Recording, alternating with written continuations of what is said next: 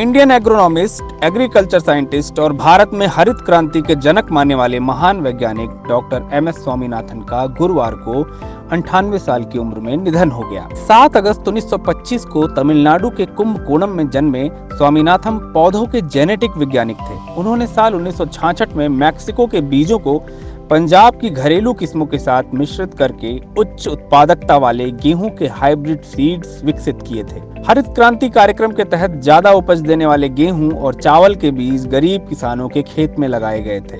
इस वजह से भारत खाद्यान्न मामले में आत्मनिर्भर बन गया था। स्वामीनाथन ने 1943 में बंगाल के अकाल और देश में भोजन की कमी के अनुभव के बाद कृषि के क्षेत्र में प्रवेश करने का निर्णय लिया था। उन्होंने जूलॉजी और एग्रीकल्चर दोनों से विज्ञान में स्नातक की डिग्री ली थी। 1960 के दशक में भारत बड़े पैमाने पर अकाल के कगार पर था। तब स्वामीनाथन ने अमेरिकी वैज्ञानिक नॉर्मन बोरलॉग और दूसरे कई वैज्ञानिकों के साथ मिलकर गेहूं की उच्च पैदावार वाली किस्म HYV बीज विकसित किए थे।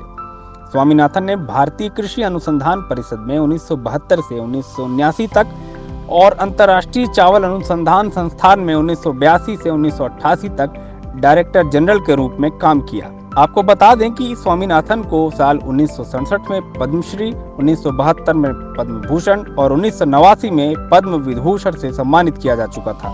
स्वामीनाथन सिर्फ भारत ही नहीं बल्कि दुनिया भर में सराहे जाते थे।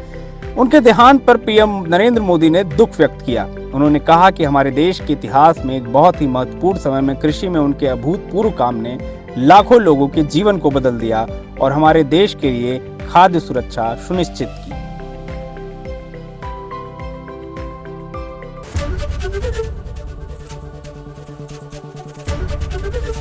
एबीपी गंगा, खबर आपकी, जुबान आपकी।